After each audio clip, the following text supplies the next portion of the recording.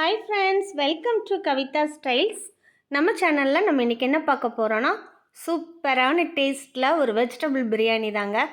வாங்க அதை எப்படி ப்ரிப்பேர் பண்ணலாங்கிறத பார்க்கலாம். வெஜிடபிள் பிரியாணிக்கு தேவையான காய்கறிகள்லாம் பார்த்துடலாம். 3 தக்காளி எடுத்து கட் பண்ணி வச்சுருக்கேங்க.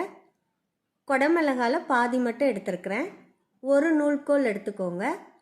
ஒரே ஒரு பச்சை மிளகா, ஒரு பல்லாரி வெங்காயம், பட்டர் பீன்ஸும் பட்டாணியும் கொஞ்சம் கொஞ்சம் எடுத்துக்கோங்க. 50 கிராம் பீன்ஸ் காய் கட் பண்ணி எடுத்துக்கோங்க. ஒரே ஒரு கேரட் கட் பண்ணி எடுத்துக்கோங்க. கொஞ்சமாக ரம்பா இலைகள் எடுத்து வச்சுருக்கேன். அதுக்கப்புறம் மல்லி செடியும் புதினா இலைகளையும் நல்லா கழுவிட்டு அரைச்சி எடுத்துக்கோங்க. ஒவ்வொரு கைப்பிடி அளவு எடுத்துக்கோங்க. 1/2 கிலோ பாஸ்மதி ரைஸ் எடுத்து 1/2 மணி நேரம் ஊற வச்சு கழுவி எடுத்து வச்சுருக்குறேங்க. இதே மாதிரி நீங்களும் வச்சுக்கோங்க. 1/2 மணி நேரம் ஊற வைக்கிறதுனால சோறு குழஞ்சு போயிடும்னு நினைக்காதீங்க. பாஸ்மதி ரைஸ் 1/2 மணி நேரம் ஊற வச்சு நம்ம குக் பண்ணும்போது நல்லா நீளமாக அந்த அரிசி நம்மளுக்கு சாதம் கிடைக்கும். அதனால தான் 1/2 hour ஊற வைக்கிறோம். ஓகேங்களா? இஞ்சி பூண்டு பேஸ்ட்டுங்க, அது கூட வாசனை பொருட்கள்லாம் போட்டு அரைச்சி வச்சுருக்கேன். 1/2 ஸ்பூன் பெருஞ்சீரகம், கொஞ்சம் பட்டை, 2 ஏலக்காய், கசகசா எல்லாம் போட்டு அரைச்சி வச்சுருக்கேன். அது போல் நீங்களும் அரைச்சி எடுத்துக்கோங்க. குக்கரில் 4 டேபிள் ஸ்பூன் நெய் விட்டுக்கலாங்க.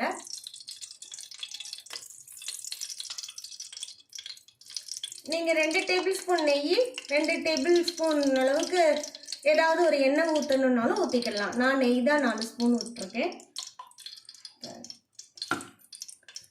இப்போ இதில் வெங்காயம் சேர்த்து வதக்கிடலாம். அது கூடவே பச்சை மிளகாயும் சேர்த்துக்கோங்க.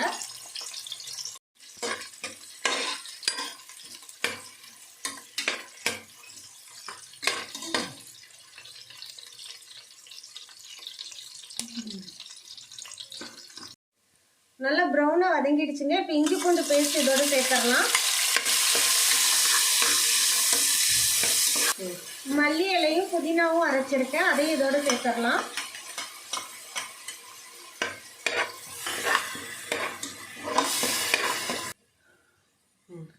இப்போ இதை பச்சை வாசனை போகிற அளவுக்கு நல்லா வதக்கியாச்சுங்க. 1/2 ஸ்பூன் வத்தல் தூள், 1 டேபிள் ஸ்பூன் அளவுக்கு மல்லித்தூள், கொஞ்சமாக மஞ்சள் தூள் எல்லாத்தையும் மொத்தமாக இதில் சேர்த்து வதக்கிடுங்க.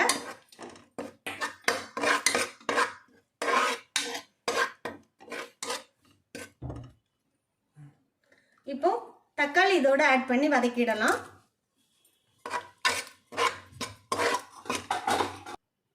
தேவையான அளவு உப்பு சேர்த்து இதை வதக்கி நல்லா மூடி வச்சு வேக வைக்கலாம். உப்பு நல்லா கலந்து விட்டுட்டு மூடி வச்சு வேக வைங்க. இப்போ தக்காளி நல்லா வதங்கிடுச்சுங்க. இனி எல்லா காய்கறிகளையும் இதோட சேர்த்துடலாம். அது கூடவே இந்த ரம்பா இலையும் சேர்த்துடுங்க.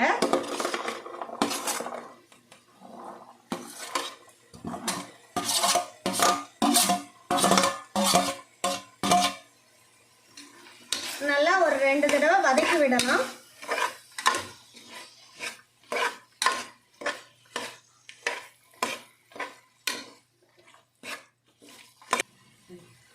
இப்போ ஊற வச்ச அரிசி இதோட சேர்த்துடலாங்க.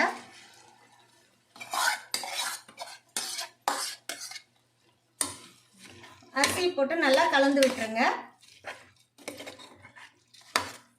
ஆஹா, கமகம நல்ல வாசனை. இப்போ 1 பங்கு அரிசிக்கு 2 பங்கு தண்ணி சேர்த்துக்கோங்க.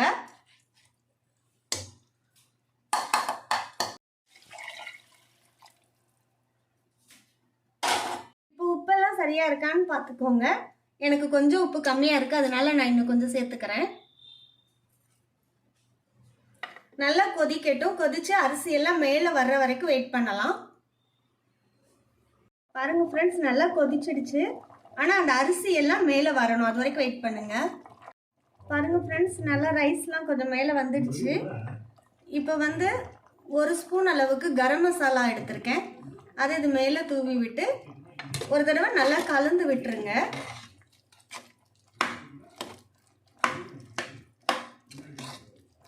இது இப்படி லாஸ்ட்ல சேர்க்கறனால மனம் நல்ல கமகம நல்ல வாசனையா இருக்கும். அதுக்கு தான் இப்போ அப்படியே குக்கரில் மூடியில் வெயிட் போடாமல் மூடி வச்சு அடுப்பு சிம்மில் வச்சு 10 மினிட்ஸ் வேக விடலாம்.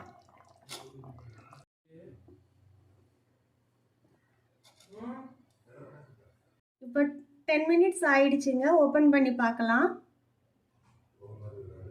பாருங்கள் ஃப்ரெண்ட்ஸ், எவ்வளோ அழகாக வெந்திருக்குன்னு. சூப்பராக வந்திருக்கு பிரியாணி. பாருங்கள் ஃப்ரெண்ட்ஸ், நல்ல கமன்னு மணமான நல்ல சுவையான வெஜிடபிள் பிரியாணி தயார். இதே போல் நீங்களும் செஞ்சு பார்த்து சாப்பிட்டுட்டு பிடிச்சிருந்துச்சுன்னா எங்கள் வீடியோவுக்கு ஒரு லைக் பண்ணுங்கள், உங்கள் ஃப்ரெண்ட்ஸ் அண்ட் ரிலேட்டிவ்ஸ் கூட ஷேர் பண்ணுங்கள், சப்ஸ்கிரைப் பண்ணுங்கள். தேங்க்யூ ஃபார் வாட்சிங்.